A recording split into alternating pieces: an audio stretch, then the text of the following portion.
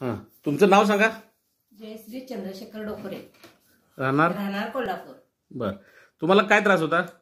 शुगरचा त्रास होता. किती वर्षापासून? 2 वर्षापासून. जेवणाच्या आधी शुगर किती होती?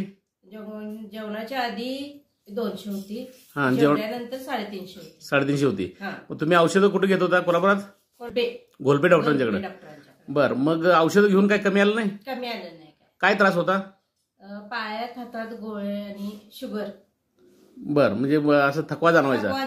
हो. माझं फिरायला वगैरे जायला येत नव्हतं? नाही जायला. बर, मग आता हे अँटॉक्स टी आणि अँटॉक्स डी घेतल्यानंतर तुम्हाला काय काय फरक झाला?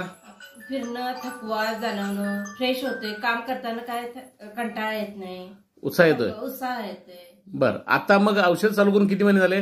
आता 2 महिने झाले. बर, आता जेवणाआधी शुगर किती आहे? आता जेवणाच्या आधीची 100 आहे आणि जेवणानंतर झाल्या 110 आहे. 110 आहे, म्हणजे नॉर्मल झालेलं आहे. नॉर्मल झाले. हे औषध घेतल्यापासून. मग आता पहिल्या डॉक्टर गोलपेंच्या गोळ्या बंद झाल्या? बंद झाल्या. मग कुणी बंद केल्या? डॉक्टरने बंद केल्या. गोळ्या बंद करायला सांगितल्या, म्हणजे आता पूर्ण शुगर बंद झालेलं आहे बंद झाले. आणि गोळ्या पण बंद झाल्यात? बंद झाले. ओके ओके ओके, धन्यवाद.